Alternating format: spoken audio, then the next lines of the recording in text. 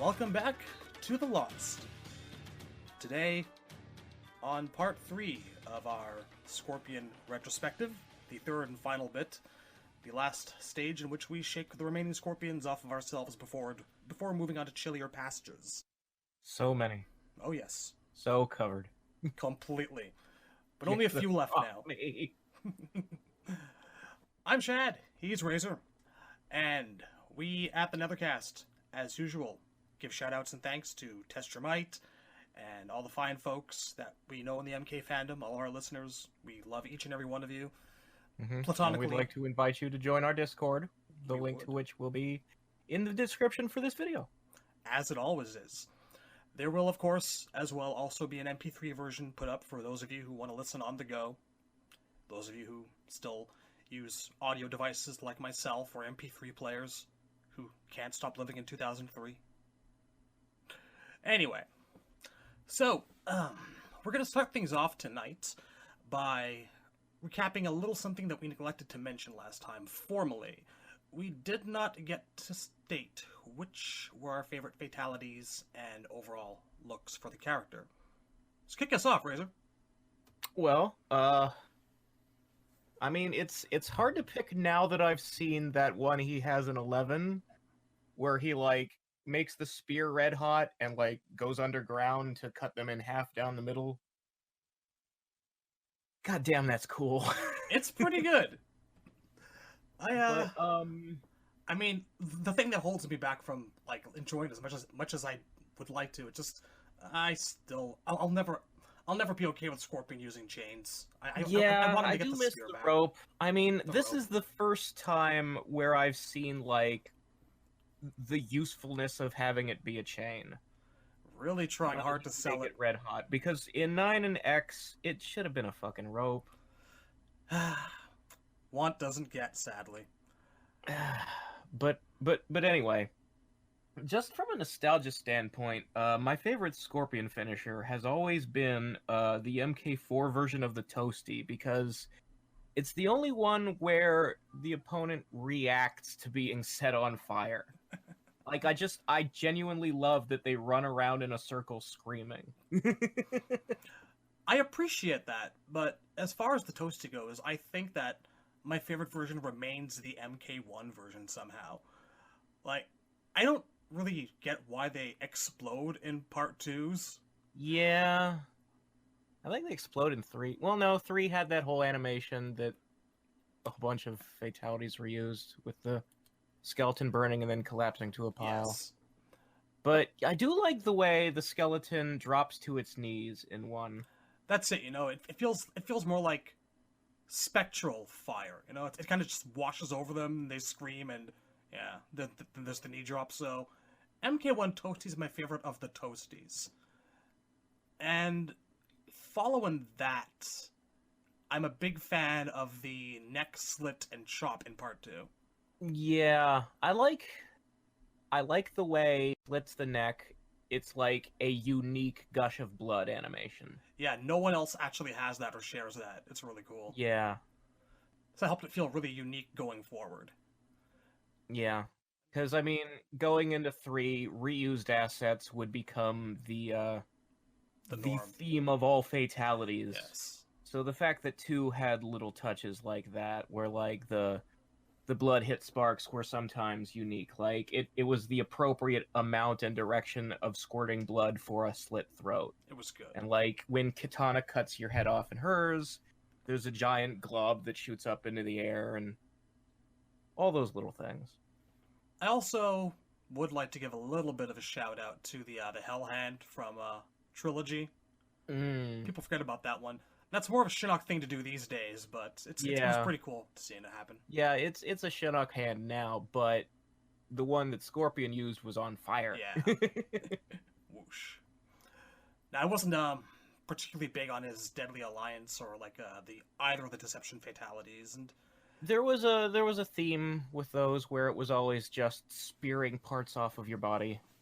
I'm just not a fan of when fatalities become these long orchestrated interpretive dance events. Just dragging on way too long. I think that Scorpion's Deadly Alliance finishers really could have benefited from them remembering he has other powers besides throwing a spear. One of the few times that the NRS era has actually, like, pleased or impressed me is during the development cycle for MK9, we saw two finishers. One is the one he has in the game, his first one where he, like, chops your head off and then cuts it in half in midair. And the other one was another one where he chops you up with swords. But the fans didn't like him having basically two of the same thing, so the developers actually responded. They gave the second one to Quan Chi and changed Scorpion's second to that one where he makes a portal and throws you in it with the spear, and then you come out hanging as a skeleton from another portal. Which is actually my favorite one that he's had, bar none, of all the new fatalities, period. Yeah. Of the 3D era one, or the MK9, the reboot era ones, that is my favorite. And just the fact that they actually bothered to change something during development because the fans wanted them to. They don't usually do that. They have a long track record of being really receptive to fan input and things we like to see. I'd say that they do. I really would. They have a track record of fixing a mistake in the sequel. It's rare that they'll do it during development. Well, they're always listening. I mean, that's why we have Ermac. I guess. But yeah, I guess my favorite all-time Scorpion fatality is the MK1 version of Toasty. Don't think that's ever going to change. Fair enough. I'm gonna stick with the MK4 Toasty. I guess I probably just should have asked what our favorite Toasty was. It's hard to actually really say that anything he's done better. 50% of his fatalities are Toasty. It's like a lot of video game characters have that specific trademark. You know, Mario jumps on things, and Scorpion's trademark is setting you on fire with his fucking face. Yeah, so I noticed in 11, they brought Breathing Fire back as a special like it was in 4, and now the Toasty is a brutality. Is it now? I've seen it, yeah. Okay. If you amplify the fire breath and just hold it on him at the end of the round, it turns into the Toasty. Very nice. Maybe we won't have to actually pay for it. That'll be cool. Sorry, gotta throw a little bit of shade, but it would be weird to make it DLC when it's already in the reveal demo. it would raise some eyebrows. Just too many questions. Also, I don't really think people want brutality DLC that they have to pay for. No, you know. No. The cool thing about X was whenever they'd add a new brutality, it was part of a patch, and they wouldn't even tell you about it. You'd be like, "Holy shit, there's more brutality!" Yes, I suspect they'll do the same this time. That would be great. That and more intros. Man, just thinking about all that Noobs I bought in Sub-Zero Direction gets me moist. Don't pretend it isn't for you, favorite too. costume, though. Yes. Yeah? Favorite costume? My favorite costume... Okay, so I really like the in-game graphics version of his Shaolin Monk's outfit. The one that's based on Ultimate MK3. Right. But, like, it turns the squares into armor plates. It actually looks... You know, it doesn't look like a weird rubber superhero costume. It actually feels like battle armor. Yeah. I always thought that Shaolin Monks had the best version of the UMK3 outfit. And I really like the way it looks in particular out of all of his costumes because the black is dominant and the yellow is a trim. And I think that gives him an interesting, more, I don't know if it's more ninja-y or more hellish or what look, but I kind of like him when he's more black than yellow. He looks a little bit more hell-spawned, I think. Yeah. I think it's a little less Power Rangers-y, like Dayglow, and a little more serious ninja outfit. Well, I think we've both said that we're of the opinion that the UMK3 standard, it works best when it's like a Shao Kahn uniform. Yeah. When I see that thing, I think of Ermac or Rain. No one else, really. I have a close second. I actually have always loved the fact that in his Deadly Alliance alt, he just goes unmasked. He's got the flaming skull out. I don't think it would work for a primary costume. I wouldn't want to see Scorpion. I wouldn't want to see that become his look. But as an alternate, I like it. That's a bridge too far for me. I don't like it when his whole skull's on fire. Breathing, yeah. Whole thing like Ghost Rider, no thank you. To each their own. I don't know. I feel like his skull looks a little plain when it's not on fire. Like, so, I mean, graphically, a skull is slightly smaller than a human head with all the flesh and clothing on it. So when he's just got his skull out, like if he was wearing that as a costume a whole match, it would look weirdly proportioned. And the fire kind of makes up for the size. Yeah, but you know, I still think it's too derivative. Fair enough. Like if he had like noticeably blazing eyes inside the like in the eye sockets, with like just hints of fire showing through, I think that'd make up for it. Because I liked it because it was creepy initially. Right. Now it just feels kind of overdone. It is a little superhero-y, but I think It's as Ghost the Rider. franchise goes on, like, Deadly Alliance is Mortal Kombat 5. And by the 5th time Scorpion has shown up, everybody knows what he's about by then. Yeah, but I mean, there's other You're not ways, really... you know? Maybe if he was just like breathing, like constantly like steaming out of his mouth, or had it like in trails behind him, just sort of leaking out. I think that would even look better. I just, you know, I don't feel like we should ever be adopting Ghost Rider's trademark. Speaking of that word. But in my case, it's probably the MK2 outfit, bar none. I've always thought the cross-stitching looked best on him more than anyone else. Yeah, I mean, we did talk about this a bit, where we both agreed that the quilted pattern belongs to Scorpion. Like, Pretty much. It's the there look are that a I think couple of the 2D era ninja outfits that really only look right on Scorpion, and not so much on the other ninjas.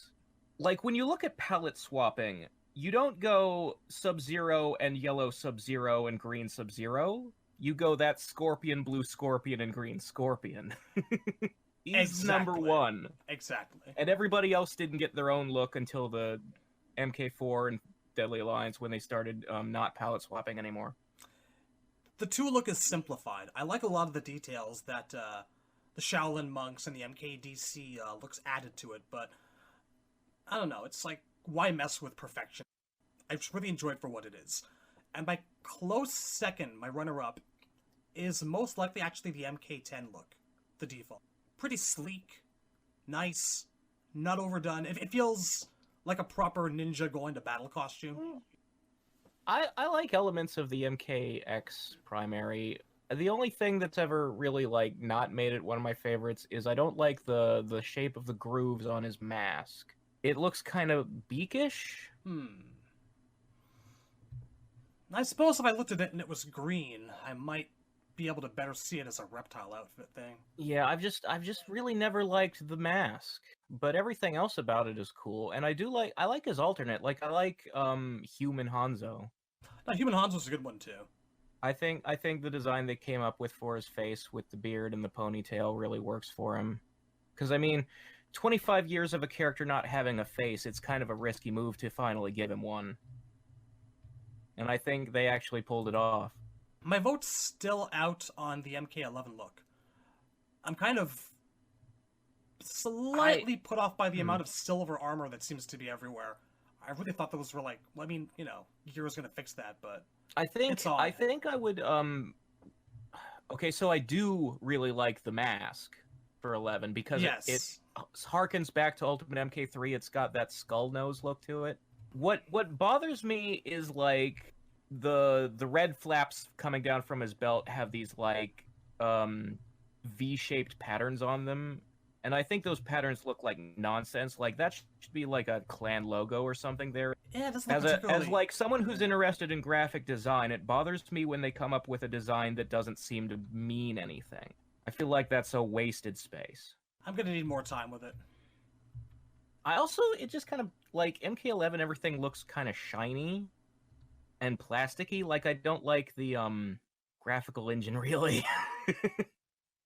Like, we complain a lot about how everybody's covered in sweat drops by the end of a match in MKX, but at least that gave skin a realistic-looking texture.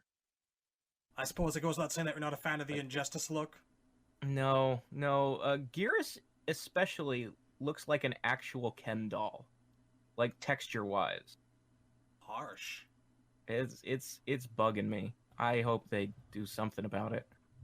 I'd also put forward a little mention for the gold outfit that he had in X that was a pre-order exclusive. Yeah, I That's did also kind of like it's a bit that cartoon look. It looked a little bit like the Batman the Animated Series version of Scorpion. yeah. That's what I was thinking too.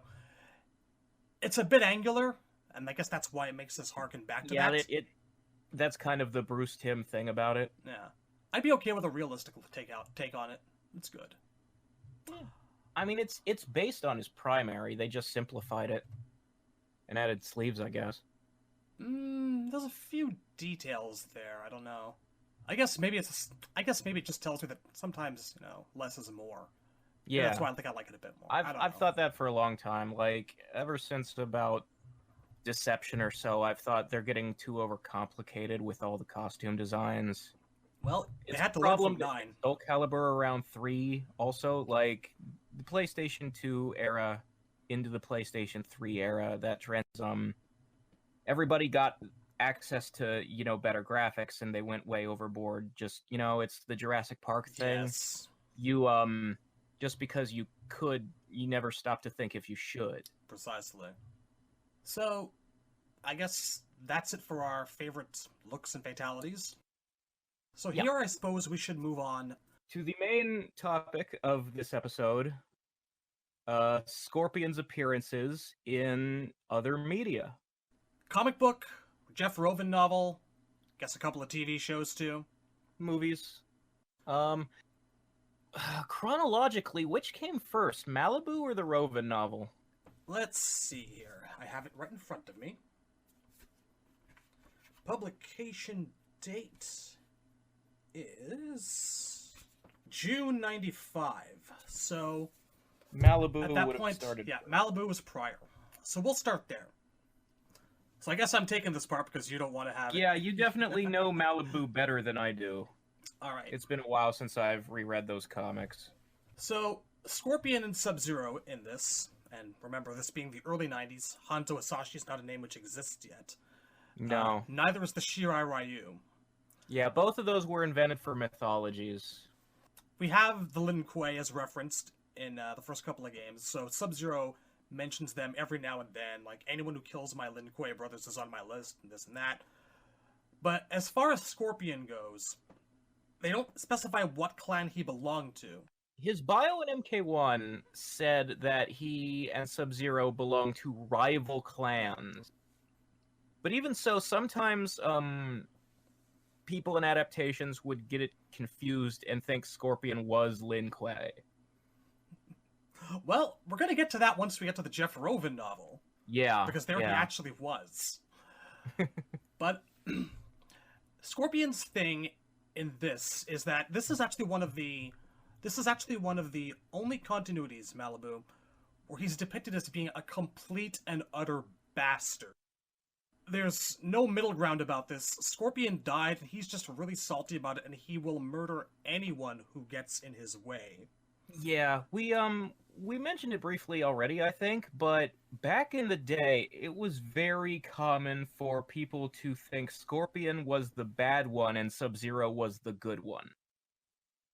And, I mean, mythologies, we kind of found out it was the opposite, that Bihan was the villain and Hanzo was the hero in that little feud of theirs. But before that, Scorpion was usually being portrayed as a bad guy and everything. It goes back and forth. I don't know. I mean, what else was really around at that time? Because I don't know if the journey begins. Well, I'm just talking about the specified. entire, like, the Mortal Kombat media craze from when 1 came out until before MK4 when it started to die out. Most of the media portrayed Scorpion as a villain and Sub-Zero either as also a villain or a good guy. And I think a lot of that was because Kuai Liang is a good guy. And people would just get it confused. We definitely kind of tipped the scales towards good for Sub-Zero when Kuai Liang was introduced. Yeah. Slowly, very slowly. In Malibu, Scorpion is salty because he died.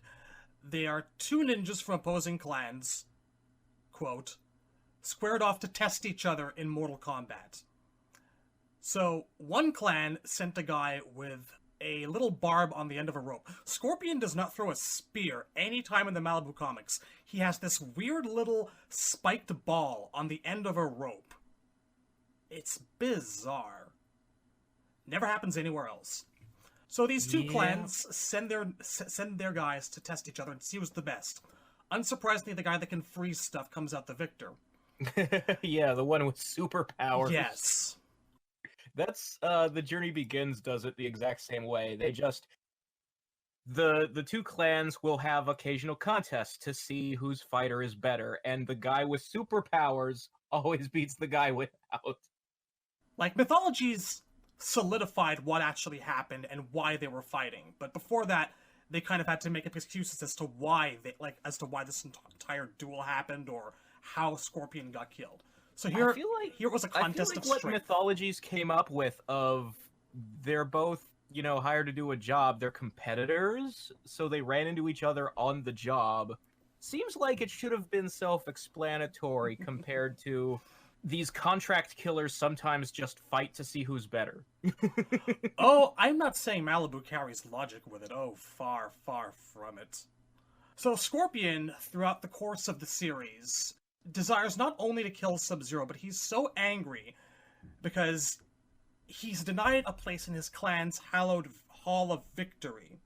Yeah. He has, a place he wants to belong to. Well, it was about honor for him. Yeah, this is, this comes up in more than one adaptation, too. The idea that the whole problem for Scorpion is that his clan has a specific afterlife, and getting into it is based on honor, and the way he died was dishonorable, so that's why he's screwed and becomes an angry ghost. Well, he certainly doesn't do himself a lot of favors throughout the Malibu. No. Now, this being early MK media, there actually isn't a lot of room for death, so that's why we get side characters, original characters, like Siang, the White Lotus monk. The two monks who fusion dance to become a monk, Sing and Sang, become Siang. And Hydro, the other guy that looks exactly like Sub-Zero. What happens to these two people is called Scorpion. Yeah, somebody has to eat a fatality, and it can't be the main characters. He's pretty much the only guy in the entire series with a legitimate kill count. He kills these two, and then at the very end of the series, he gets to kill Sub-Zero. Doesn't Kano get some? Kano gets to kill some random special forces NPCs, but he never actually kills a named character, I don't think. Well, I think because one of Sonya's partners, that guy with the robot arm, is he the one that Kano gets? Yes, he gets him. That guy actually did get a name, but he lasted an issue and a half, so I don't think he really counts much. Yeah, but then again, that was about the same that Hydro lasted. It is canon that Sonya brought some people with her to the island and they didn't fucking make it. Kano and killing people that are important to Sonya. It's a thing. Yeah. So, Scorpion pops in to harass Sub-Zero every so often, and Sub-Zero, during the course of most of these comics, is portrayed as being relatively a decent guy with... Actually, Sub-Zero in Malibu kind of has a lot in common with Kuai Liang, really. He was Kuai Liang before Kuai Liang kind of established himself as the one that doesn't really enjoy killing. Yeah. So Malibu Sub-Zero isn't particularly cruel, but, he'll kill people if he has to. I think what it is when the only material you have to adapt is MK1, and so you're just looking at these guys, and they have one paragraph bios, and you're like, well, one of these guys is a regular dude who freezes stuff, and the other is a flaming skull man from hell. Gee, I wonder who's the bad guy. It's an understandable choice, and he certainly does act like it through the series. He does get to solve one of the riddles of the Tao Te Zam, which is this book of ultimate power, through the first segment of the Malibu comics. There is a running theme in the Malibu comics where the tournament keeps getting interrupted because Shang Tsung has a magic riddle book, and he cares more about solving the riddles and obtaining the book's magic. than he does about the Mortal Kombat tournament he's supposed to be hosting. The actual tournament and like the outcome of Liu beating Goro isn't shown anywhere in Malibu. Yeah, no, it's a complete afterthought. They just left it up to the games to do the job. Because I think at that point MK2 was already out, and they were like, you know what? Let's just keep going. They realized as they were in the middle of their story about the first tournament, like, you know, Kintaro and Kung Lao and all these other new characters were out there, and they were like, well, shit, how do we work them in? Quick, finish up. That's about the long and short of it. So Scorpion gets to solve one of the riddles, and he does it in the middle of fantasizing about murdering Sub-Zero for, like, the 11th time. Like, just going through the book, and the riddle he gets is 10 men's length, 10 men's strength. 10 men cannot tear it, yet a little boy walks off with it. And then he just goes on meandering about murdering Sub-Zero, and he's like, soon I will throw this roped spike deep into his throat and wait. Rope. The answer is rope. It's fucking terrible. It's bad. So yeah, he has to solve one of the riddles until it gets taken away from him by God fucking who knows what. It's such a clusterfuck. I remember details, not the whole story from beginning to end. Now he doesn't do too much else up to the first tournament edition comic, which is basically kind of like their brawl. Once it's like once Goro gets back from Prince of Pain, he shows up into all of this after he deals with Zagat and his crow and like the G.I. Joe gun and the combatant. He shows up and like they're all fighting over like the Tao Tizan book, over who gets to like actually keep it and solve the last riddle, because at this point there's only one more left. Mm-hmm. In the middle of all this, Goro popping up and all that, Scorpion is fighting Kitana, and he's just really creepy about it. He actually says, I admire your spirit. Maybe after I kill you, you can be my wife in the Netherrealm, or like, or the afterlife. He wants to make Kitana his zombie bride. I mean, she's a pretty lady. That she is. As a matter of fact, there's also another little bit of grossness in that, at one point in some of this, you enter a scene and Melina is telling Reptile to stop touching her. Like, get your filthy, disgusting paws off me, you hideous belly crawler. And Reptile's like, I was just trying to be nice to Melina. I be nice no more. And he attacks her. So yeah, Reptile's also sad, pathetic, and a pervert. I mean, it could have been a misunderstanding. Like, maybe he was just like she calls it or something, or she calls it pawing and groping. I don't know, man. I really don't know. Yeah, but I feel like that's also automatically what a stuck-up person would call it if they were accidentally bumped into on the street by a peasant. So anyway, Kitana is rather, upset at, horrible people like Scorpion being what they are. That's fair. And she actually does. She actually does slice him up with her fans. You don't really see it. He's implied to be dead in the scene. There's like all this fire surrounding her. Well, yeah, so I remember a specific thing from the Malibu comics in that he says when he comes to the tournament that if he dies, he can't come back. He only has one chance to avenge himself. He brings it up repeatedly as a point. He's risking oblivion in order to actually do this. If he dies, that's it. But I'm pretty sure he does die like twice throughout the comic and does keep coming back.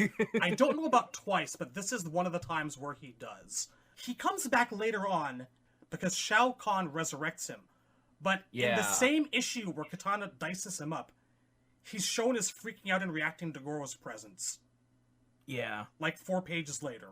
Like, that's the main thing I remember about Scorpion in Malibu is the battle wave portion where Shao Kahn raises him and gives him a magic gem called the Death Stone. That's correct. Which lets him summon the undead as an army.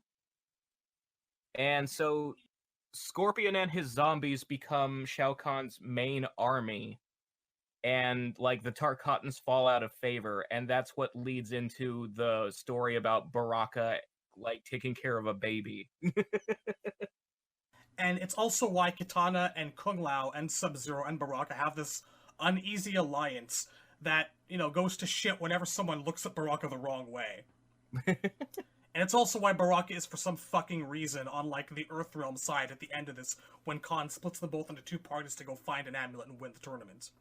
I mean, Baraka, as a character, is just kind of a dumb minion in every game. And what do you do with him to make him interesting and tell stories with him? And Malibu's answer to that was to make him one of the good guys, kind of. Every now and then. So yes, Khan brings back Scorpion, and he gives them this whole army. There is a section where he's gloating over his plans to raise Outworld and kill everyone, then raise Earth and kill everyone, in the name of himself and Shao Kahn.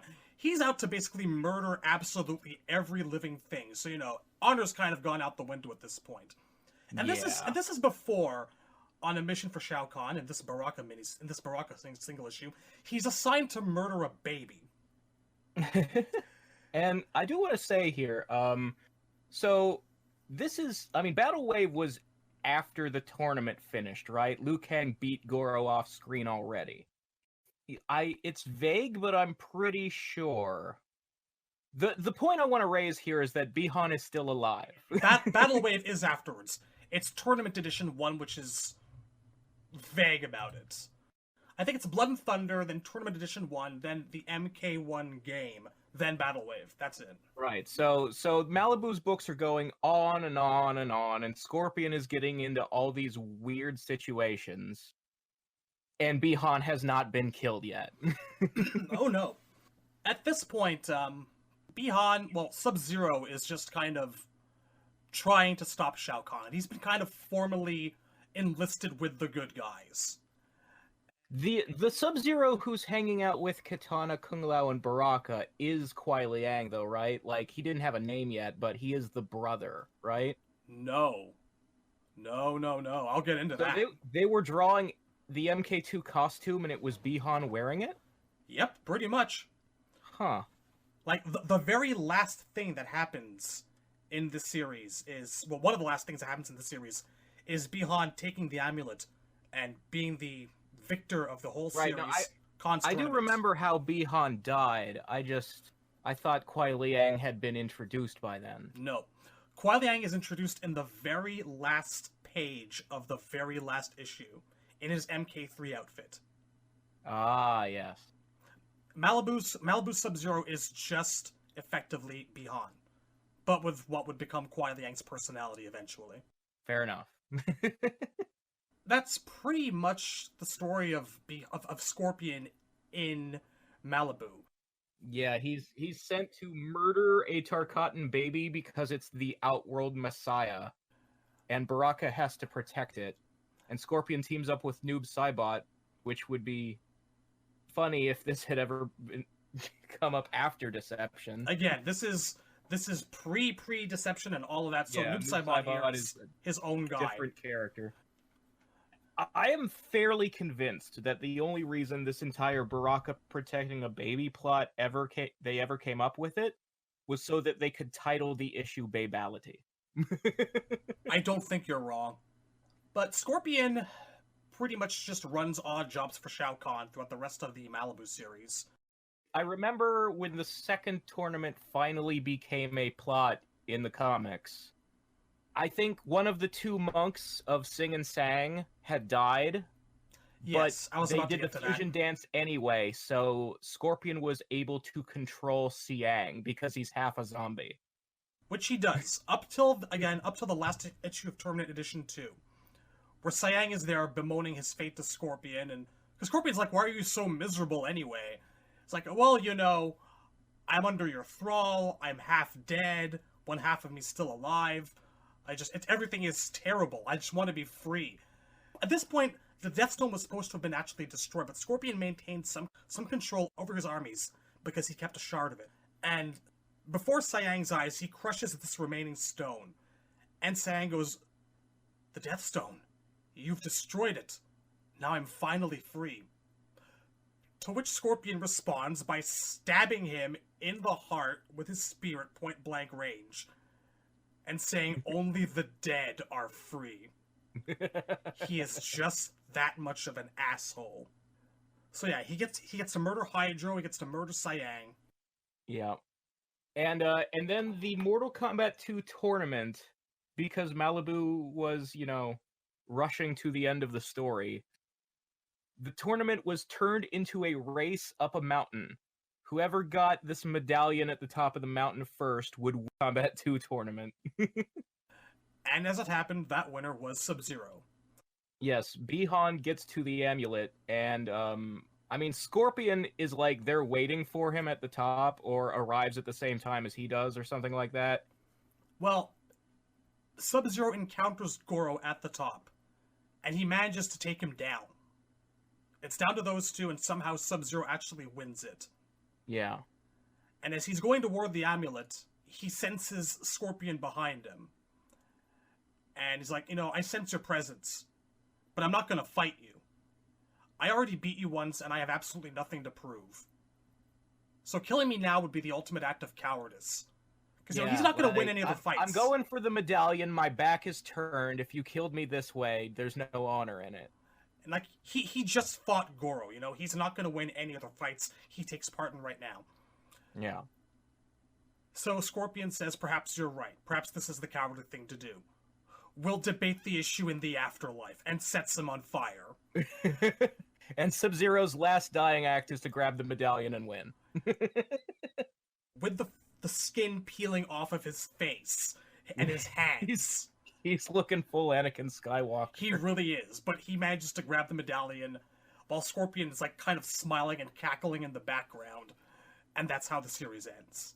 His skull is attached to the medallion in Shao Kahn's hand, and Kahn's like, not too bad. Kind of impressed. And then you do get Kuai Liang showing up to find out what happened to his brother, attacking a random bunch of red ninjas, which I suppose are Lin Kuei. But yeah, he's in his MK3 outfit. So that is Malibu Scorpion. Just kind of an asshole. Generally an asshole. I'd be remiss in saying that didn't color my perception of him going forward. It makes seeing him these days all balanced and sane and rational all the more rewarding. I suppose I should be thankful that Malibu wasn't as influential on me as the TV and movies and other stuff. Well, there are good things and there are bad things about it. Speaking of good things, now we go to the one where Scorpion's actually a really, really good guy. And that's the Jeff Roven novel. Yes.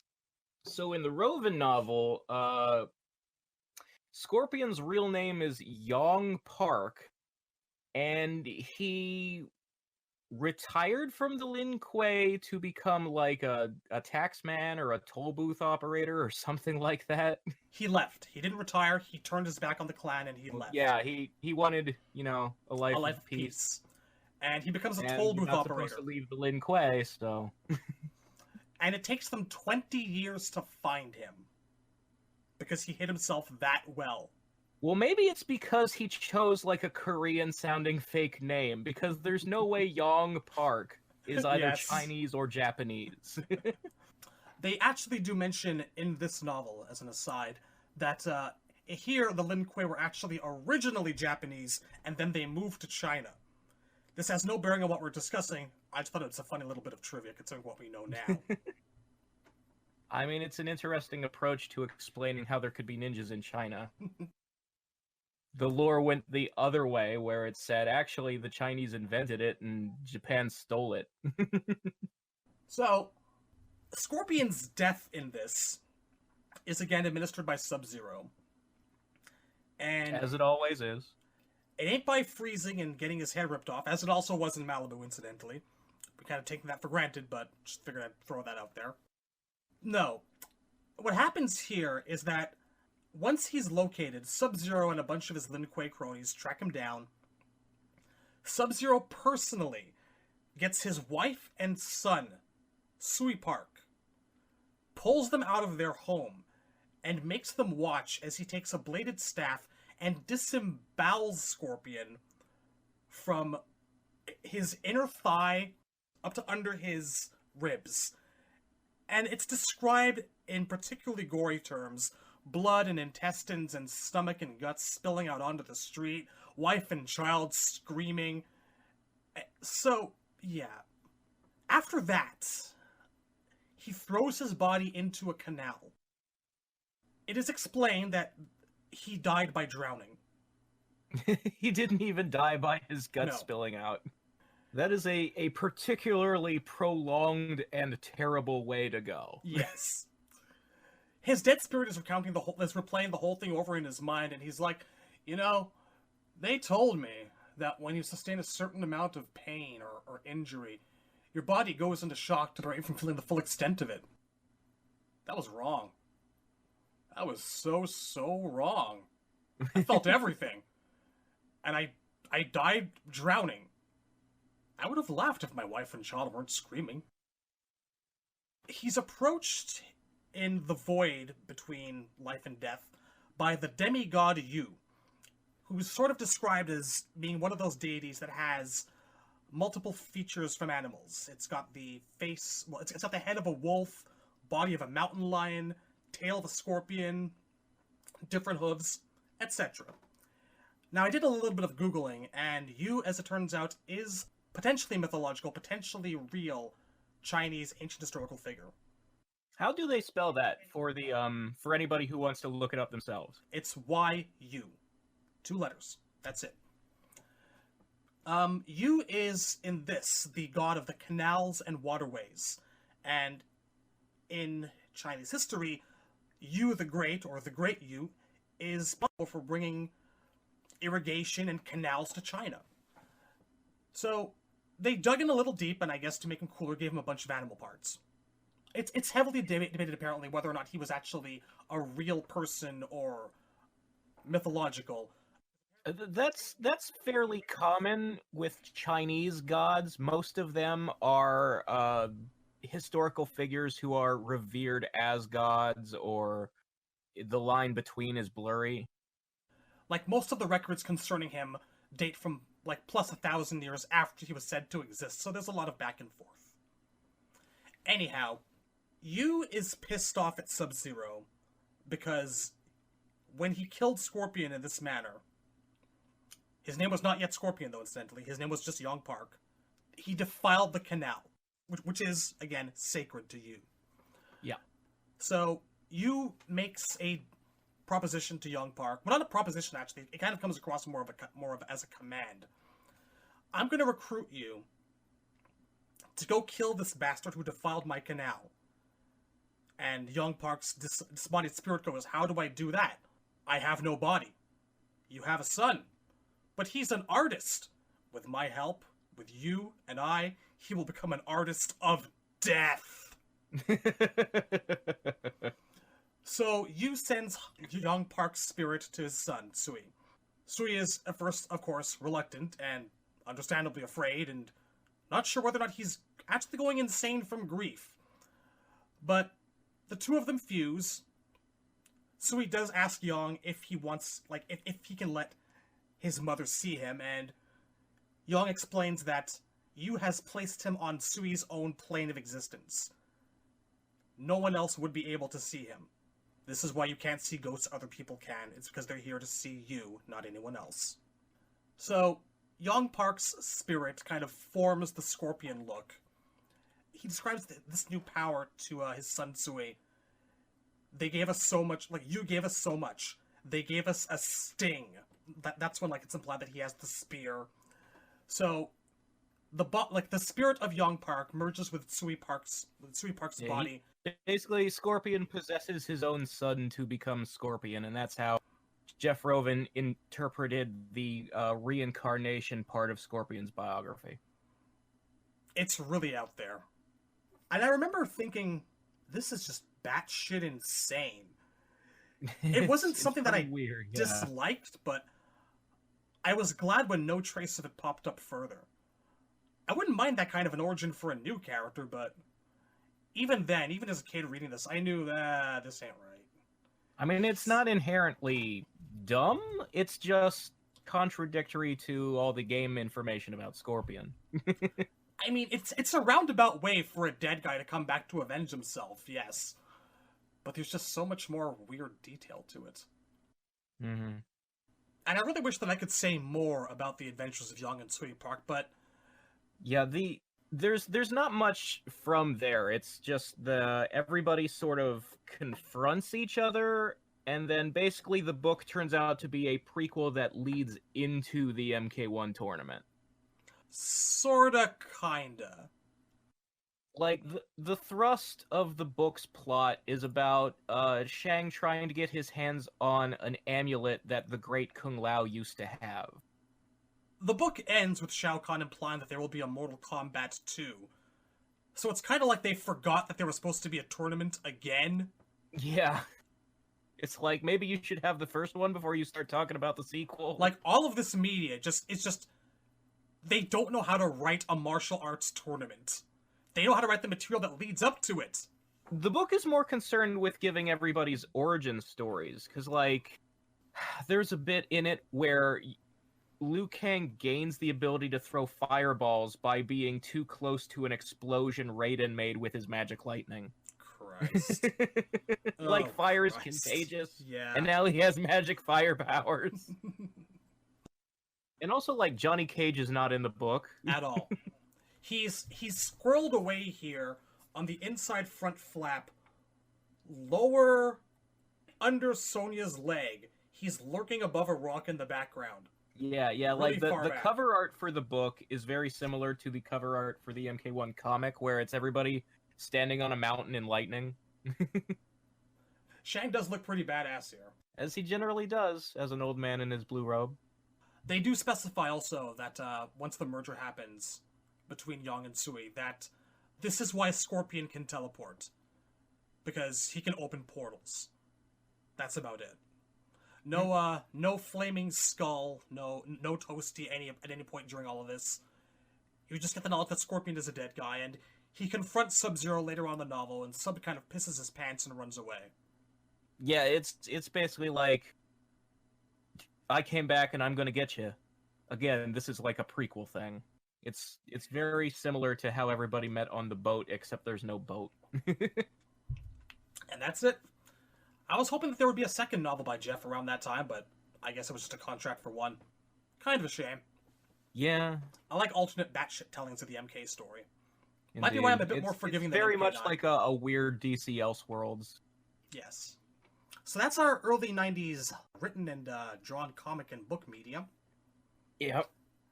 And then, moving into TV and film, I think The Journey Begins came out before the release of the movie. Just by because it had like a behind the scenes and some promotional material for the movie on it. Yep. Yeah. So, I mean, The Journey Begins is pretty much like the boat ride parts of the MK1 story extended into a full animated film. So Scorpion's place in it is very much like the film in that him and Sub-Zero are sort of working for Shang and fight the good guys before they get to the tournament, and then Raiden is like, no fighting before the tournament. And then the whole rest of the thing is Lou, Johnny, and Sonya just walking around the island, listening to Raiden tell them everybody's backstory. For 45 minutes. Yeah. It ends on the heroes walk into like Goro's cave and start fighting Tarkatans.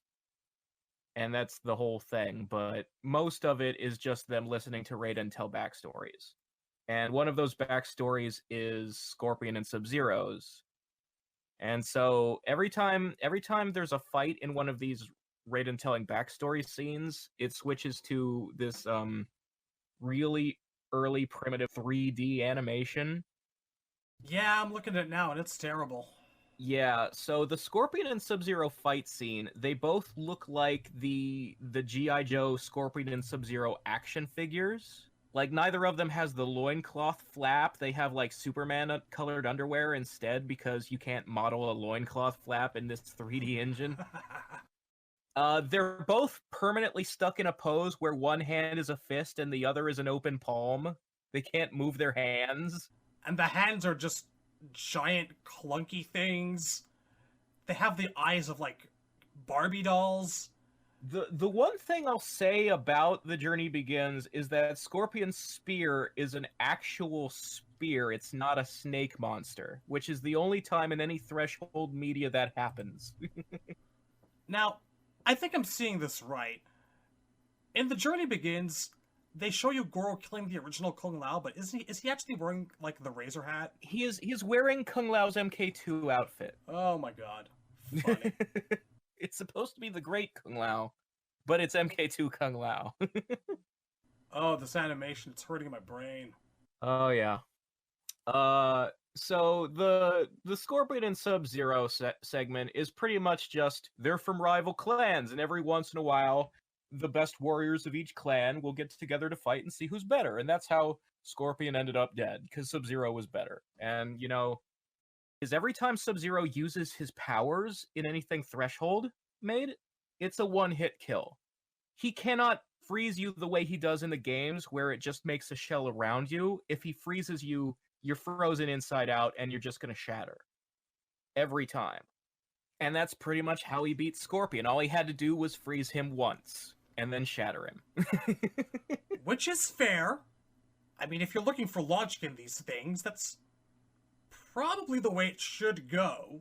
I mean, I feel like the whole martial arts fight before Sub-Zero throws the Ice Blast was a waste of time if he can just do that. Like, he should open every fight the way he does against Fouye guy. Just throw the ice ball. Don't even fight. One of these days I'm going to have to watch that whole thing over again.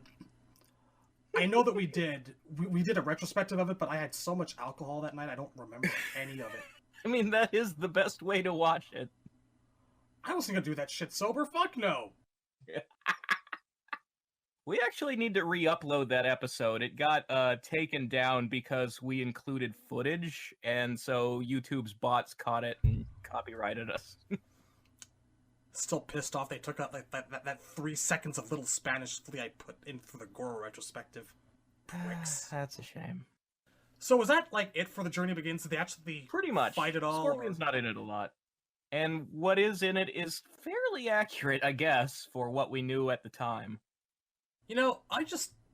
Looking at, like, Discogs right now, there's a soundtrack album out there. Did you know that? The Journey Begins has a soundtrack album. I did not know that. That's weird. Like, I don't remember the music being particularly standout in The Journey Begins. I'm pretty sure it was just instrumental, and I think it was the same track over and over. Well, there's 12 tracks of that same track as composed by Jonathan Sloat. Weird. It was last sold March 31st last year for $43. This thing's gotta be really fucking rare. Alright. Gonna have to look that up. Alright, so from there we go to the actual movie. Oh, wait, yes, one thing. If you just Google Journey Begins, you're probably gonna see a lot of images of Scorpion peeking out from behind things and looking all angry. Yeah. He seems to do a lot of that in this thing, from what I recall. I'm a fan of the way Scorpion and Sub-Zero were drawn in The Journey Begins, where, again, they appear to have been based on the toys that came out, the G.I. Joe-ish ones with the rubber band waists. Because he has, like, the little rabbit ears to his cowl. Really, I'm looking over, like, 20 images right now, and half of them seem to be him peeking out from behind a box or peeking over a railing. It's cute, really. He's always spying on people on the boat. That's all he does. So that does bring us to the live-action film, where deadliest of enemies, but slaves under Shang Tsung's power. Oh man, like, the moment that they came out in the theater, I remember everyone whispering all excitedly. Yeah, they did get a great entrance. It's just a shame that the movie was 90 minutes. Could have been a full 2 hours, but no, 90 minutes. So we have to cut Scorpion and Sub-Zero's story out and just make them henchmen. Well, deadliest of enemies. It's a gimme. It's something. Yeah, lip service was paid. And then Liu Kang kills Sub-Zero. Well, Scorpion's fight with Johnny was one of the best fights in the movie. Scorpion's fight with Johnny is what got me into Fear Factory. I'm also pretty sure it's what got Lyndon Ashby into the hospital. Chris Casamassa didn't seem like he was acting, did he? No, Jesus. he was throwing real kicks. All of that looked pretty impressive. Still does. Nah, for real. A lot of things about that movie have aged poorly, but the Scorpion and Johnny fight remains one of my favorite bits. You know, we almost didn't get that fight the way we got it. Originally, the fight was going to end with the shadow kick. He was going to knock Scorpion out in the woods, and that would be it. I think test audiences said that was boring. Yeah, they said there wasn't enough fighting in the movie. The Lou versus Reptile fight was also not in that cut. So they went for reshoots, and they created the entire part where Johnny and Scorpion fight in the underworld with all the scaffolding and whatnot, and the entire Lou versus Reptile fight. And those are the two best fights in the movie, so thank fucking God. Yeah, seriously. So, were you as confused and slightly irritated by the snake out of the hand as I was? I continue to be as confused and irritated as ever about the snake monster. I'm skipping ahead a little bit. But one of Scorpion's appearances in the TV show Conquest, the one where he fights Sub-Zero, the episode was called The Serpent and the Ice. That's how far it went with that fucking snake monster. What do scorpions, which are arachnids, to do with snakes? I guess it just looks more visually impressive, or that's what they thought at the time. Does it though? Maybe they thought if they just had a single spear coming out of his hand, it would have looked a little phallic? I don't know that it doesn't. Like, what they came up with is just as phallic, and also requires them to use bad CGI. Whereas a fucking rope dart, you can do practical. You know, when we think of the bad CG out of that scene, I don't actually think of the snake right away. I think of, like, when it's chafing against the tree. Yeah. And, like, little, like, brown flakes of CG are coming off. That looks terrible. That is the worst shot. Like, but it's just the fact that, like, that version of Scorpion's spear ended up in the live-action show where they had way less budget for CGI. So, and, like, in Annihilation 2, like, the graphics for that fucking snake monster kept getting worse every time they did it. No, it would have been a mercy to kill it off, but I guess that they just thought it looked cooler. It's kind of the thing that bothers me the most about the movies. I knew it would. But, we got Chris Casamassa's Scorpion in, And we got Ed Boon saying things other than just get over here. He said, get down here. He said, welcome. Suckers? Yeah. Can't forget suckers. Nope. I'll never be able to. See, I really do like, in that whole scene, in the whole movie fight, how casually really angry he comes off as. Yeah, he's very intense, and it's in the good way. He opens up and really starts wailing into Johnny once they're in that underworld scaffolding section, and that's the intensity that the movie really, really needed. And throughout the fight, there's like these extreme close-ups on Scorpion's eyes as he's making expressions. His eyes narrow, his pupils, which are, faded in the white contacts, that they're, you can still kind of see them. They like dilate and stuff depending on how angry or surprised he is. After Johnny dodges his spear snake and it just smashes into a tree, his eyes just kind of narrow a little bit. He's just like, you can just hear him thinking, damn it. And then he's like, now I gotta wait for the thing to come back in. Because he sits there in the exact same posture, retracting the snake as Johnny's just coming up to him. Well, the snake's face is buried in the tree, so he actually disconnects the neck rope thing.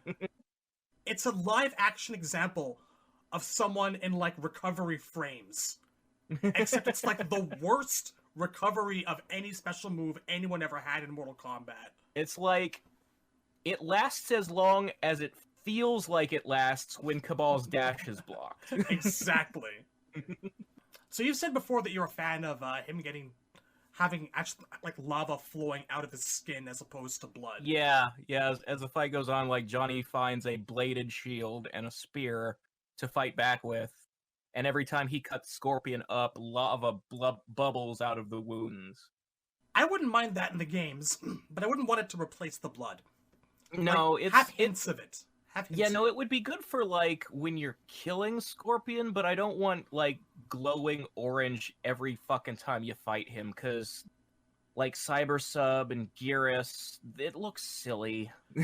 It's garish. Like Blaze had that going on too, and it was really distracting in Deadly Alliance. Yeah, and like that's the main problem I think with like Shiva having green blood in Trilogy. Like if the blood were more of a blackish green, it would probably look more natural, more true to biology or something.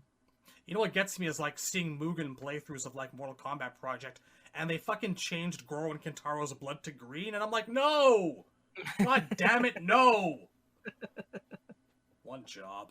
It kind of reminds me of in Test Your Luck when you get the rainbow blood modifier.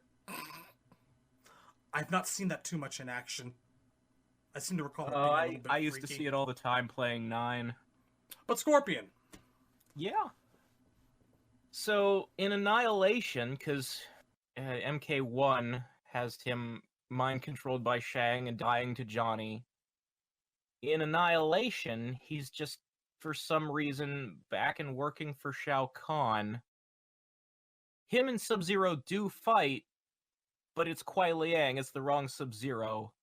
There's really no reason for them to be fighting, and Scorpion's only goal is to kidnap Kitana. He's not fighting Liu. Now, I think that the reason that they're fighting actually comes from the exact same issue that you have. You're not the only one who noticed that Scorpion and Sub-Zero didn't have their rivalry during the first movie. Yeah. So I remember there was like a lot of people going, why didn't Scorpion and Sub-Zero have a fight? So that's why you got that. Yeah, no, that was a big thing at the time, and going into Annihilation, one of their big advertising points was this time Scorpion and Sub-Zero actually get to fight each other. And that was one of the main things people were excited for before they saw Annihilation and realized what a shit movie it is. Again, give them credit for trying. Did they try? You know what, though? Or did they just try to spend all the money on cocaine? They definitely did that too and succeeded. But something that they did succeed in doing, for the most part, is getting a lot of people doing what they were doing during MK3. Like, they didn't need a lot of those people to be there. But for the most part, people were doing their jobs. It does follow the plot of MK3 in a very general sense. I mean, they mentioned that Cabal and Stryker are captured, though you don't see them. Khan's pretty much got like 95% of his MK3 squad at the table. Jade's being a bitch, but she is working for Khan while being a bitch, and... Yeah, I want to talk about that for sure when we get to Jade, because, man, Threshold really didn't seem to understand the character. No, Threshold hired a really hot model. Well, no, because it's more than that, because there are 3 different ways they adapt Jade across the TV show, cartoon, and movie, and all of them are wrong. So, suckers. Yeah. So that's pretty much like Scorpion kidnaps Kitana, but then he doesn't show up for the rest of the movie. Like they never actually see him again and fight him. Like they defeat everyone who works in Shao Kahn's army, but they never run into Scorpion a second time and actually finish him off. Like there was just so much focus on putting as many characters as they could into the movie. I feel like that's the reason that we got that Cabal and Stryker mention, because they wanted us to know they were trying to look after absolutely everyone, and it got Which is funny though, because Threshold also had this thing about like never using Kung Lao. Like they were trying to, I guess, avoid confusing people with the fact that there are 2 Kung Laos. There's the Great Kung Lao, and then there's the MK2 one. So they just never used the MK2 one. God, Kung Lao gets really screwed over in media, doesn't he? Yeah. there's more I have to say about that when we get to the Kung Lao episode and we cover the Jeff Roven novel again, because he's in there kinda weirdly. Okay, between the movie and Annihilation was the cartoon Defenders of the Realm. Now this is... I'm gonna let you cover this almost entirely, because I've seen a couple episodes, not the whole thing, and the only thing I can tell you about Scorpion is what I've seen from, like, those embarrassing YouTube compilation videos where he's like, "Get Yeah, over Ron here!" Perlman voiced Scorpion, and a rare misstep performance from him. Oh, Okay, why? so Defenders of the Realm, like I said, came out before Annihilation did, and it also treated itself as a sequel to the first movie. And throughout the series, there are several times where they will flash back to a scene from the movie, but they'll usually reanimate something differently from how it happened in the film so that the character dying in that scene dies in a less gory way. Like, they show Liu Kang throw the bucket of water at Sub-Zero, and instead of it becoming an icicle that pins him to the wall, the water just covers him and freezes him solid. And like they show Sonya beating Kano with the leg grab, but they don't show her twist his neck. No, what they say is, "You thought you killed me, but I survived." Ah, just skirted the edge of the Home Yeah. for Infinite Losers then. Yeah, he's like, "You thought you got me, but it takes more than that to put me down." There are a couple episodes where they reference like Shang Tsung being dead and stuff like they use the words. I don't think they do in the Kano episode. Okay. Yeah, but so Scorpion's appearance in the Defenders of the Realm cartoon happens in the second episode, which technically episodes 1 and 2 are a two-parter pilot. So the premise of Defenders of the Realm is basically that you're going straight from the movie to the middle of MK3. The Earth Realm is constantly being invaded, and all of the heroes like live in a cave out in the desert with Nightwolf and Raiden. And they're constantly going out to fight these little invasions and seal the portals so that send the Outworlders back home and close the rip that they came in through. And this is just their lives now. All of them Yeah. living together in a cave. Christ. It's never mentioned in the show, but I've read the series Bible, that the guide for the writers of the show to follow.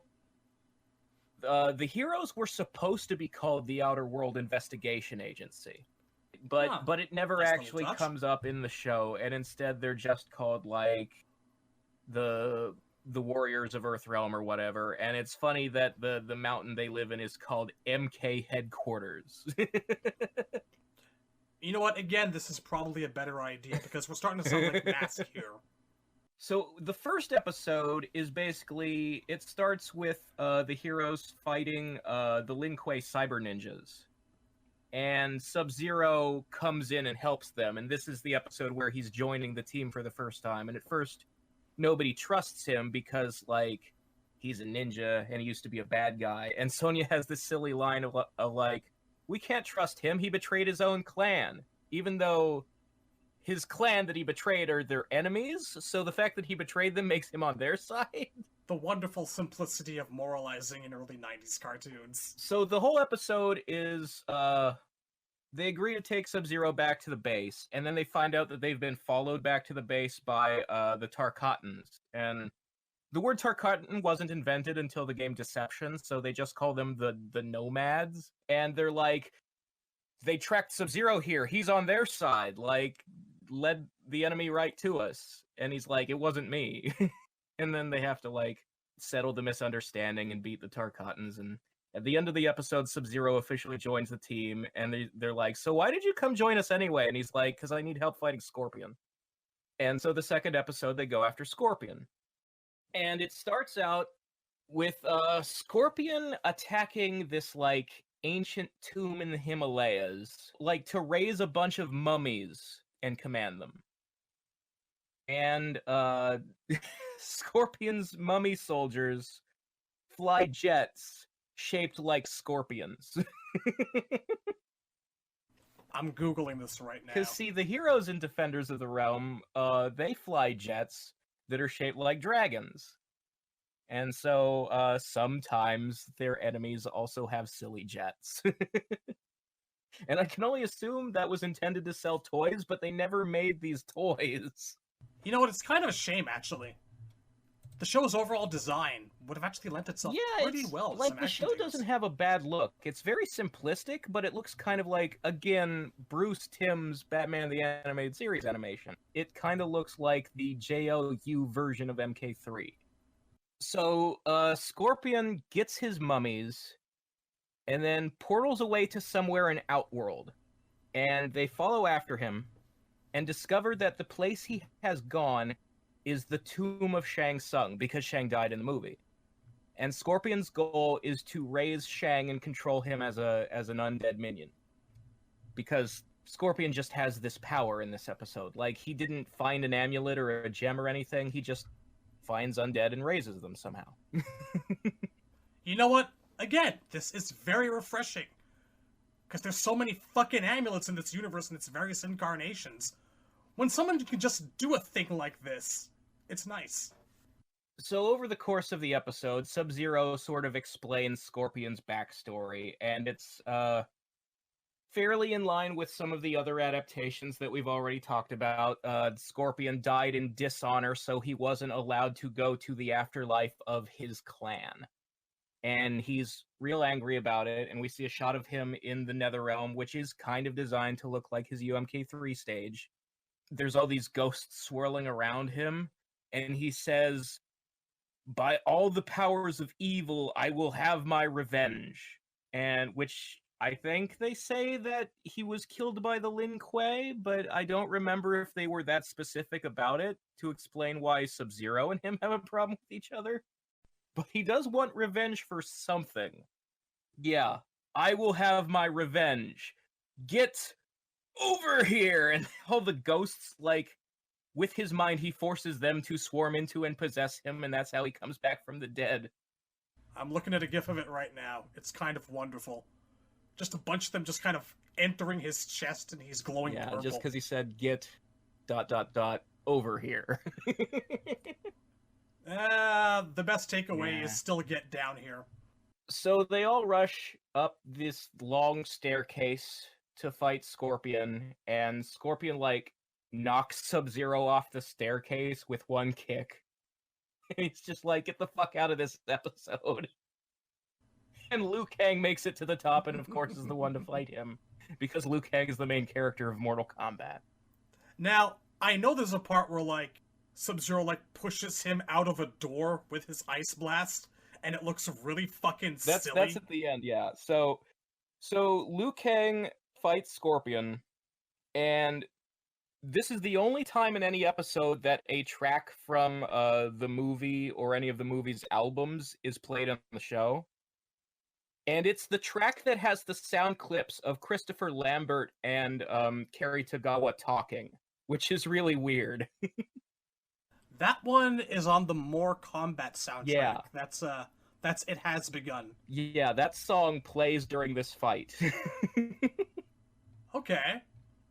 I'm not seeing any reason to laugh. This is awesome. So Scorpion throws his spear, and again, it is a snake creature, except the cord is a chain. I've seen it. The design is kind of, wonky. Yeah. And then, like, he does his teleport attack, except he doesn't really attack. He just goes invisible. And so Liu Kang has to, Kitana advises him to, because that's all she ever does, is tell him to, like, focus your mind and use your chi and be a spiritual person. So he concentrates, and he sees with his third eye where Scorpion is so he can attack him and knock him out. And after Scorpion is knocked unconscious, Raiden shows up, and he's like, okay, let's send Scorpion back to hell. And he opens a portal, and Sub-Zero freezes Scorpion's body and makes it slide on a trail of ice down this, like, chute off a cliff into the portal. Holy shit, that's undignified. Yeah. It's really funny looking. He's like kind of like face down and ass up on the floor in this position too. Yeah. It's terrible. And that is the only episode Scorpion's in. That's upsetting and a little bit sad. Oh well. Yeah. It was like, what, 13 episodes? Something like that, yeah. I know they printed some DVDs in Russia out of all places. I should probably get my hands on them. If it's not happening now, it probably never will. I think you can get a collected version. I'll look it up. Anyway, so we've done the movie, we've done Defenders, and we've done Annihilation. Yeah, and the ongoing theme so far in all of these, except for the Rovan novel, has been Scorpion as a bad guy, usually one who works for Shao Kahn. Or for himself with the goal of raising an army of the undead. Also, we did not get to cover how absolutely shitty Scorpion's Annihilation costume looks. You know, out of all things, I don't know what happened here. Especially with how great he looked in the first one. Well, all of the ninjas are based on that dumb UMK3 outfit, but the movie went the extra mile to make them look even dumber by making the squares on everybody's tunic a different shape. Ermac has hexagons? Scorpions are just angled like parallelograms, I guess. Yeah, they're parallelograms. Ermac's hexagons look the silliest because he also has them on his fucking face mask. Somehow, don't ask me why, I think it works for him. All right. I don't know why, but like, I like Ermac's and I like Rain's, but Scorpion just, I find, looks like hot trash. It emphasizes the plasticky or rubberiness of it. And he's also got like this horrible V-neck thing going on both sides. And like his hood, like his cowl has like a little point at the eyebrows.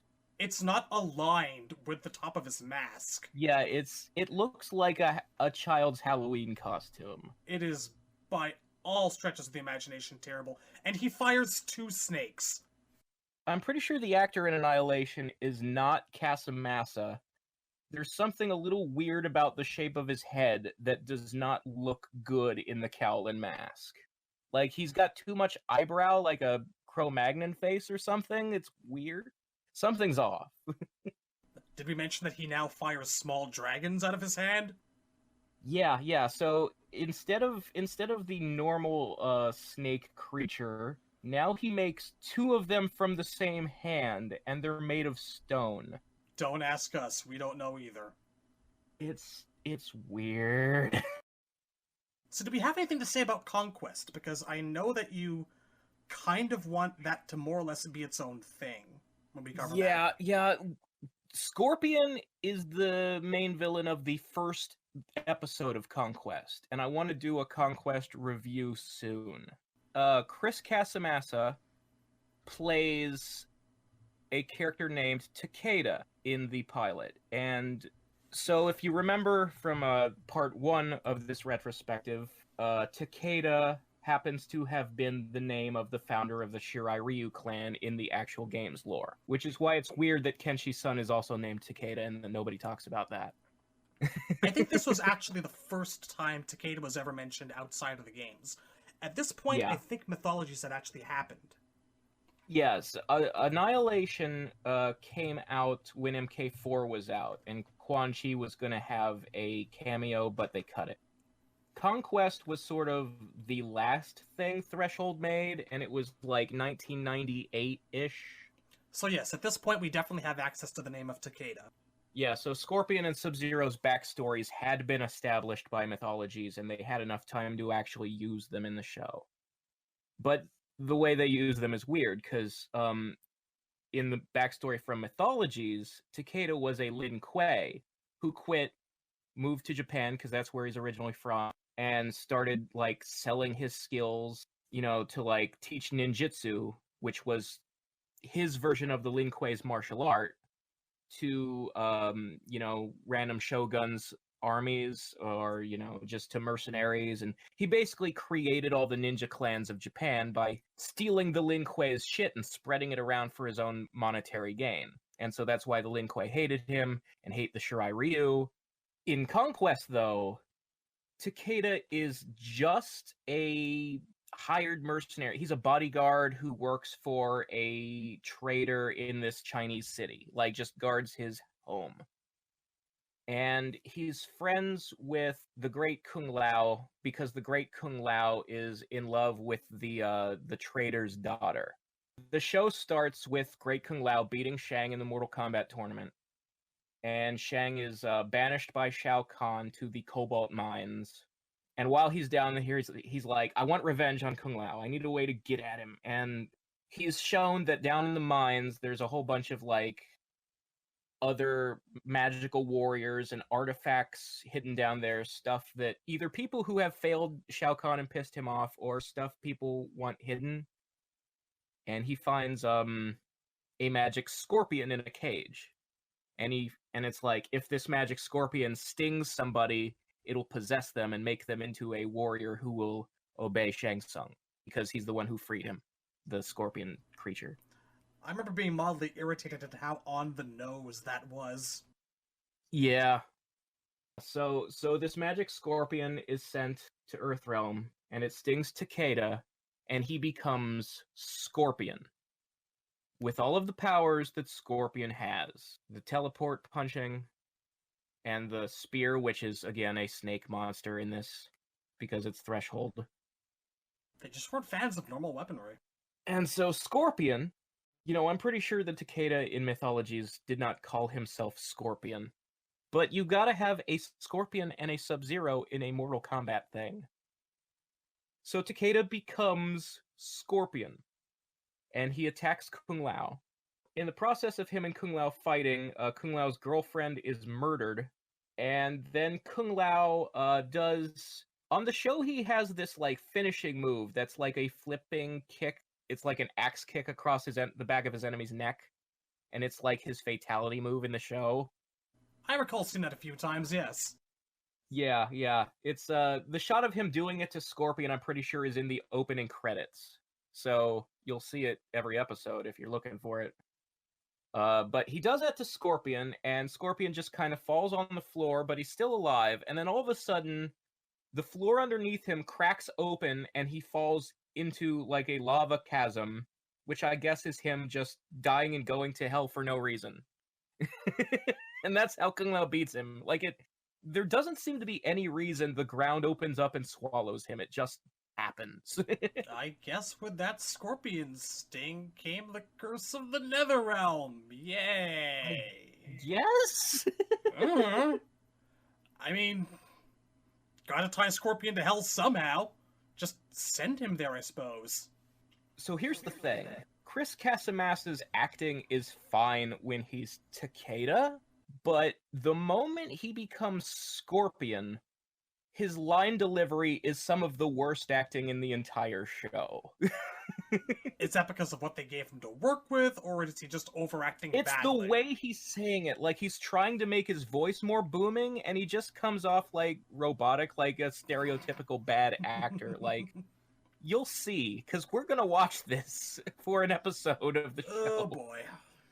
So anyway, Scorpion does come back in a couple more episodes. Like, Shao Kahn lets him out of hell and wants him to kill Great Kung Lao a few more times. And in those episodes, he starts recruiting for his own ninja clan that all wear black and yellow. So it's supposed to be him gradually founding the Shirai Ryu. And then there's an episode where him and the show's version of Sub-Zero become enemies because both Scorpion and the Lin Kuei are hired by Shao Kahn to kill Great Kung Lao, and they're supposed to work together, but they don't get along, and it just escalates until, like, they're killing each other's sisters and girlfriends and shit. I actually did watch a YouTube fight with the two of them about a week or two ago, and it was pretty entertaining stuff, gotta say. Yeah, I mean, it is Casamassa, and I'm pretty sure Sub-Zero in the show was played by J.J. Perry, who did Reptile in the movie. Yeah, so it is, like, Threshold bringing back the movie actors, the stuntmen who did the best jobs. I just don't think that giving Chris Casamassa speaking lines was the greatest idea. At least they got him back. Yeah, I mean, I respect that they're, giving the guy work and sticking by him because he's done so much for them. I just think that once he has the mask on, they could have hired somebody to do VO work. Kind of makes me wonder what happened to the guy that played Sub-Zero in the first one. What was his name? He was French, right? Yeah, It was like Francois Petit? that's it. That's Yeah. it. He was good with the body language. I like that moment where like the guy's like cracking every bone in his body, and he's just there like, I'm waiting. Yeah, he holds the pose getting ready to make the ice ball and murder this motherfucker in one shot forever. Nuts to this shit. So is that as far as you want to get into Conquest? Yeah. Are we actually gonna like cover the whole fucking thing, ep by ep? I think we'll do the first episode as a watch through, a commentary, and then we'll take it from there. We'll decide if we want to keep going or not. I would like to, but I don't know if you're up for it. I'm just scared it's not going to be as fun as I remember it being, you know? Well, here's the problem: is the pilot is the worst episode. Oh god. So, like, if you stick with it, it gets better. But it's are you willing? You know, when I initially watched it, it was on like UPN, and I had like fuzzy rabbit-eared reception.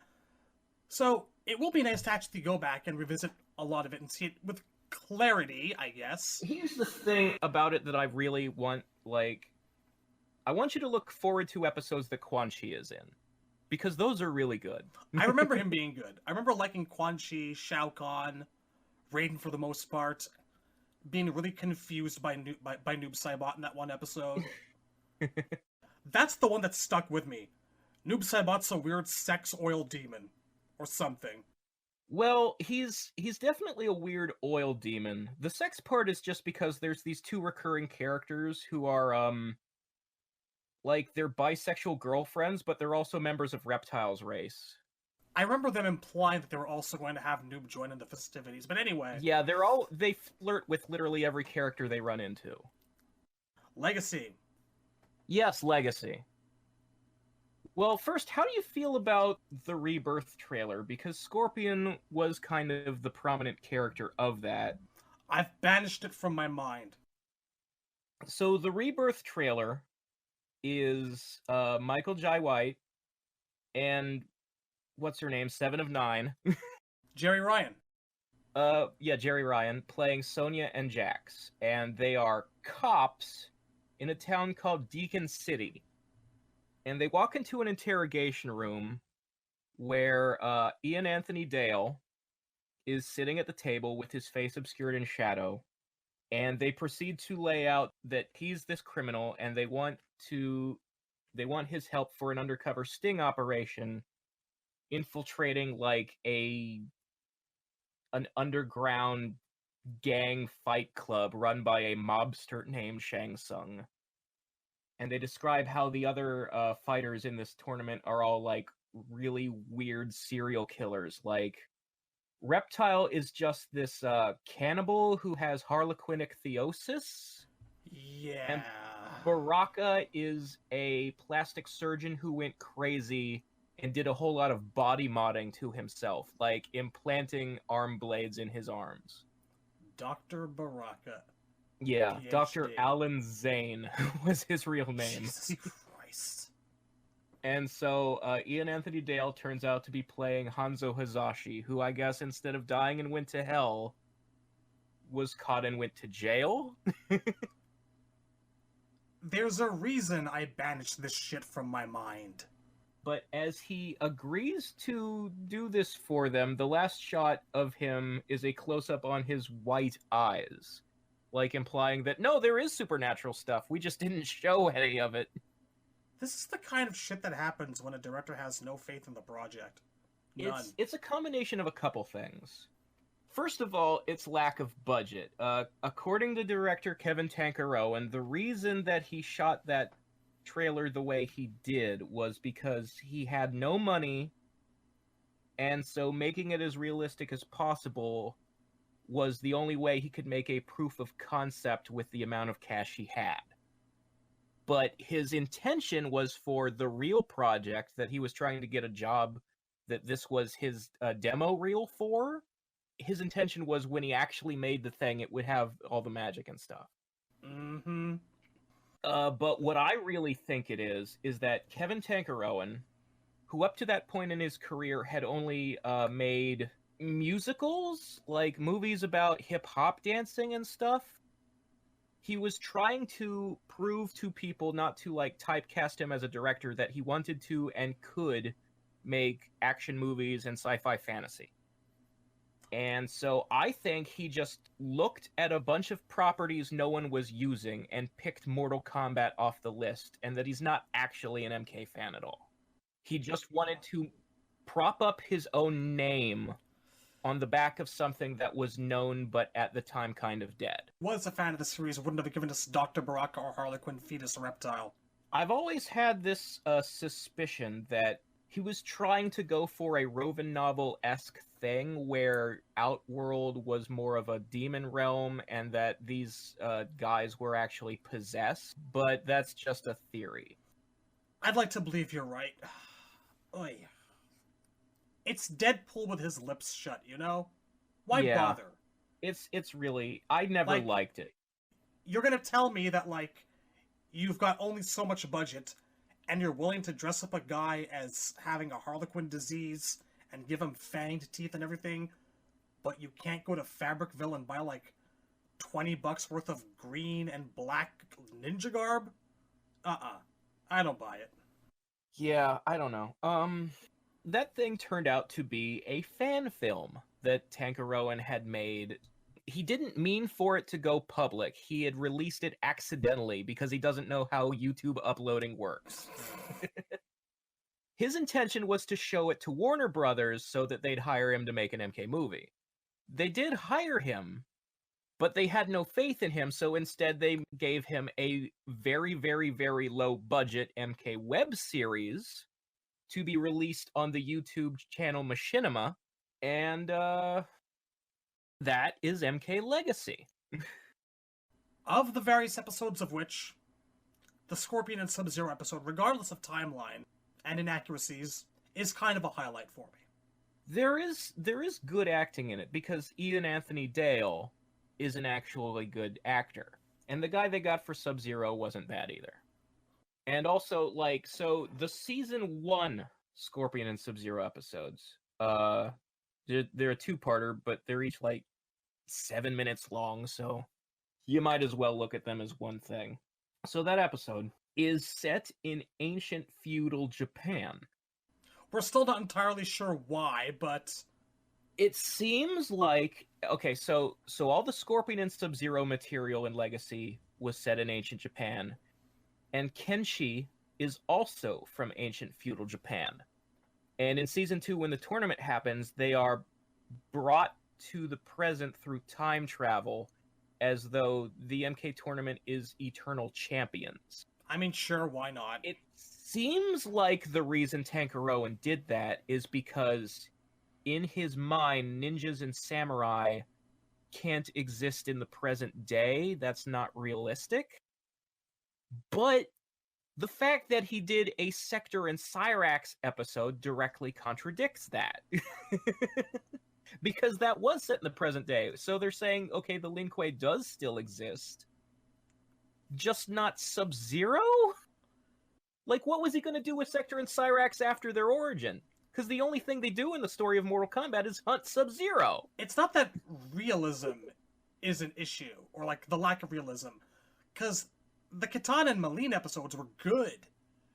I mean, Baraka looking like an orc was weird, but that aside, it's like he has a problem with the entire notion of modern-day assassin clans.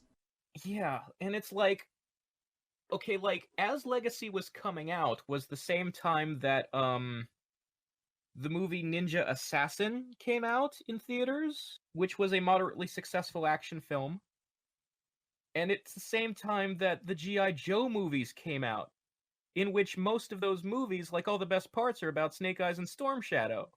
And also, like, Batman Begins is about a ninja clan.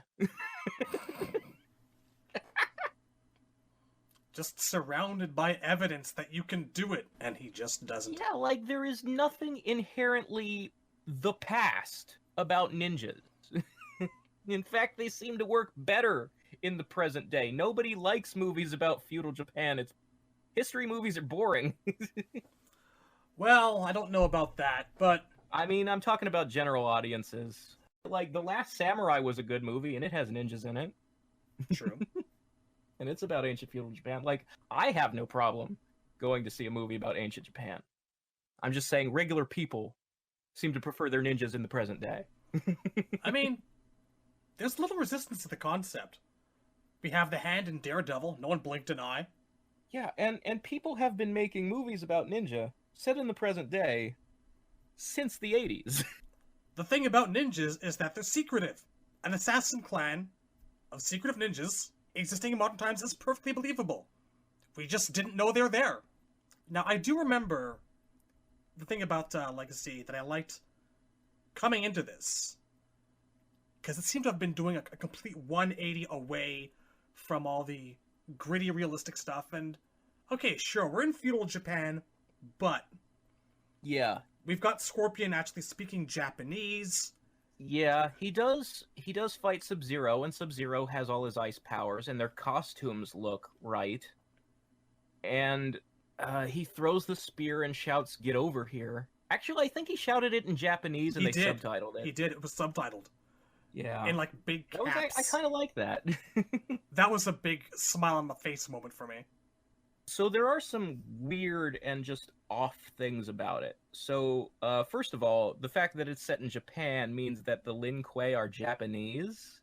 And so, like, Scorpion and the Shirai Ryu are not actually ninjas, they're samurai. Like, Scorpion and the warriors of his village serve the local shogun, and I think they actually call him a samurai in the dialogue. And so the plot of the episode is that it's mostly him spending time with his wife and kid and talking about how he's going to see the shogun soon. And there's some cute stuff about him showing his son how to throw a spear in the woods and stuff like that. And his wife and kid are named Kana and Jubei, which is where those names come from. Like, MKX hadn't come out yet, and so in canon, his wife and kid didn't have names yet. So Tankerowan invented those two names, and then later in the MKX comic, Sean Kittleson, the writer of the comic, would use those names instead of the names that are given in MKX, which was a mistake at the time. But anyway, that's the origin of those names. And actually, Kittleson pretty much copies Scorpion's origin in his comic. He gets it all from this episode. So Scorpion goes off on the road to meet with the Shogun, and he finds the Shogun's cart in the middle of the road, like covered in ice and snow, and the Shogun is dead, and Sub-Zero attacks him. He and Sub-Zero fight in the woods. Scorpion realizes somehow during the fight that the village is being attacked while he's not there to protect it. So he runs back to the village, and he finds everybody dead, frozen. And then Sub-Zero comes up behind him and I think stabs him to death and freezes him solid. But then Sub-Zero turns out to be Quan Chi shapeshifted in disguise as Sub-Zero. And Quan Chi is joined by Shang Tsung for some reason. And Shang watches as Quan Chi says, "You will fight for the Nether Realm in the Mortal Kombat tournament if you agree to let me bring you back so you can get your revenge on Sub-Zero." Like, the ice breaks and Hanzo lights on fire and now he's Scorpion. So this is just pretty much the Deadly Alliance before they're the Deadly Alliance, kind of orchestrating events. Like, I don't know why Shang is there. I don't know why Quan Chi can shapeshift. I don't know if, like, he ever fought the real Sub-Zero at all, or if it was Quan Chi the whole time. I feel like maybe they were supposed to have Shang shapeshift, but the actors maybe stood in the wrong places or something happened in post-production. Because if Shang's just standing there when someone's shapeshifting, I don't know. Also, like, I really don't like the design for Quan Chi. He is like a bald guy whose skin is pasty white. But the black tattoo designs on him are completely different, and that just feels like Tankerowan going, I want to do my own thing. He had a weird aura, that Quan Chi actor. kind of slimy, Yeah, kind of bizarre. I don't know. He didn't do it for me. So basically, when Kevin Tankerowen depicted Scorpion and his clan's deaths in the comic, he made it look exactly the same way. That Scorpion was at the village when they all died, and Kana and Jubei, quote unquote, died by being frozen. And I mean, none of that is how it happens in the games. Like we saw how it happens in Mythologies and in MK9. The way they die is a cutscene in 9, like that whole animated segment that Quan Chi shows to Yep. Scorpion. Like, Kana was... Okay, her name is Harumi. That's in the MKX script, which Kittleson was supposed to have access to. Harumi died by sword, according to the vision Quan Chi showed Scorpion. So, I don't know why she's frozen in his little flashback. And when he was asked about why the flashback in the comic doesn't match the one in MK9, he said that Quan Chi showed Scorpion a whole bunch of different things and tampered with his memories to confuse him. I mean, sure, why not? Easy way out. It's a passable excuse, but it's an excuse. So anyway, was there another one in Season 2 that had both of them in it? I don't remember. There was more in Season 2. Season 2 flashes back to before all this happened to establish that Hanzo and Bi-Han were both the leaders of their clans in ancient Japan, and their fathers had been at war, but the two of them had made peace. And then an incident happened where Kuai Liang got into a fight with some Shirai Ryu on the road, a fight which he picked. I seem to recall them scuffling in a cornfield or something. Yeah, and Kuai Liang ended up dead. So in Tankerowen's MK universe, the good Sub-Zero is an asshole and the one who dies. So he really wasn't planning on making sequels to Legacy, you can tell. Kuai Liang just kind of gets shafted in terms of outside media. Doesn't get to be in a lot. And so all this action kind of restarted the feud between their two clans. And then cut to the present day where Raiden has brought Sub-Zero to the tournament through time travel. And Scorpion is his opponent on the Outworld side. And the way the MK tournament works in Legacy Season 2 is basically Battle Royale. They're all just let loose on Shang's Island, which is all open fields and wilderness, and they run into each other and they fight until one person's left. And so Scorpion finds Sub-Zero and fights him, and it ends with Scorpion doing the spine rip to Sub-Zero. Ah, as it should be. No, wait. And that is the end of Scorpion and Sub-Zero's parts in Legacy. And that was the end of Legacy. There was a plan for a quote-unquote Legacy Season 3, but what it was actually going to be was a different series in the game's continuity that would tie into MKX called Mortal Kombat Generations. And Scorpion and Takeda were going to be in it in some form. We've seen set photos of actors in costume, but whatever happened, it was never released once they finished filming. The only thing I can think of is somebody looked at that footage and went, "This is fucking awful. We cannot put this out." It's very possible. Because Generations was not filmed by Tankerowen. Tankerowen actually left at the end of Legacy Season 2, and the director of photography for Legacy, or something like that, had become the director for Generations. So someone with no experience directing a tie-in product for a game that's already pre-sold several million copies. I mean, just to tell you how bad this was gonna be, Ray Park was going to play Aaron Black. The British guy who plays Darth Maul was going to play the cowboy Aaron Black. Ray Park looks good, and he does a good job when he stands there and doesn't say very much. Aaron could spend a lot of time doing that. It's what he does for like the first 5 issues of the MKX comic, anyway. Those costumes looked pretty low budget. I mean, nothing compares to what Sub-Zero was wearing in Legacy Season 2, which is literal paintball armor bought at Walmart. It was for the best that it stopped. Yeah. Looking at Blu-rays I'll never open again. Why did I even bother? Ray Park's Aaron Black costume. Like, you know how Aaron has that, like, leather chest plate thing in his outfit? Ray Park's version was basically one of those brown leather aprons that a blacksmith wears. I'm Googling this against my better... I mean, I can send you the pictures. No, I'm looking at it right now. Against my better judgment. He looks like he's dying inside.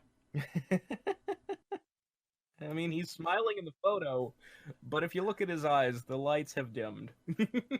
And that does look like someone tore off a piece of Pyramid Head's movie skirt and slapped it on there. Right? That is the cheapest leather. This guy playing the Scorpion, his mask does not match the color of the outfit, which is like... It's like someone tried to do Scorpion's MK10 outfit for $25. Yeah, and that's why that never came out. For which we should all be grateful. Yeah. And that's pretty much it. Thankfully. And thus concludes this 3-part Scorpion retrospective. I hope you've enjoyed it all. Now, initially, Razor and myself had recorded a Q&A session at the tail end of this final chapter. However, in total, the whole thing was 2 hours long once we were finished, and so we decided to separate the Q&A section into its own separate episode, which is coming very soon. And after that, we'll move on to everyone's favorite Blue Ninja. So until then, thank you as always for tuning in, and see you soon.